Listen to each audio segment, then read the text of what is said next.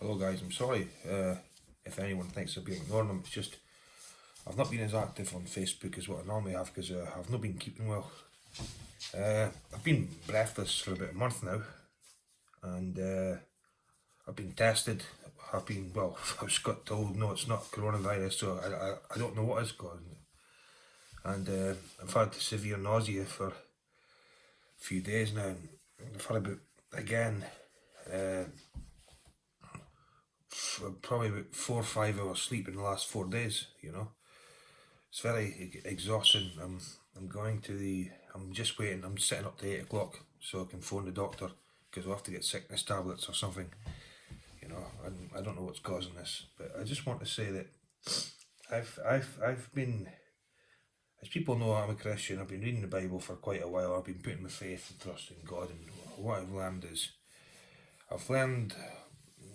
over a very long process in my life that never to doubt God, never, and never try and understand his ways, because it even speaks about in Isaiah that the heavens are higher than the earth, so are his ways higher than our ways, and that's just the way God is. We don't know what he's doing. And there's so many examples in the Bible where people went through absolutely horrendous things. Okay, there's a certain story, I'm sure if all heard it, about Joseph and the dream coat. If you go and study the life of Joseph, which is in the book of Genesis, what that man went through was unbelievable. But God used that affliction. What man caused him for evil, God used for good, and that man ended up saving a whole nation. Okay, because of his affliction, and even through it all, he kept his faith in God. And even though he went through horrible things, what Joseph went through, you could hardly call favour, but it was. God seemed to bless him everywhere in everything he done, until he made him second ruler of the whole nation under Pharaoh, which is quite amazing. Like I was saying, I posted some earlier on. We read about the lamentations of Jeremiah and what Jeremiah had to go through, and he lived a life that was always horrible, but it was for God's purposes, and he actually came to the point. It's recorded in Jeremiah 20 where he gave up. It says, "No longer will I speak your words, O Lord. You've wronged me," and imagine that coming from Jeremiah. That showed you what he was going through, and but the Lord wouldn't let him go. He says, "The Lord's words were in me like fire; I could not hold them back," because that's what the Spirit of the Lord does. So God restored him. God never took the Spirit away from him in the first place. He just got a bit discouraged through affliction. I mean, he wasn't allowed a wife. He was put in cesspits. But God didn't deceive him, because if you read the start of Jeremiah, he was told that before I knew you in the womb, Jeremiah, I ordained you as a prophet to the nations. Okay, now, and he warned Jeremiah, look, didn't I say you're a youth and all this, right? And you're too young to do this. No, you're not. Okay, and he says they're going to fight against you. He warned them. He says they will fight against you. Okay, because that's what happens when you seem to be a Christian. People don't like it for some reason. They come at you, and but he says, but they'll not prevail against you. Okay, because a lot of people look on Jesus as gentle Jesus and the Prince of Peace and that, which he is. He is all these things, but there's also a side to Jesus where he's the God of war, and it teaches us in Ecclesiastes that there's a time for war and there's a time for peace, and there's a time when God fights. When Hezekiah called to him, when King Sennacherib came down in the days of the prophet Isaiah, and he came to besiege Jerusalem and destroy it, the angel of the Lord, who I believe the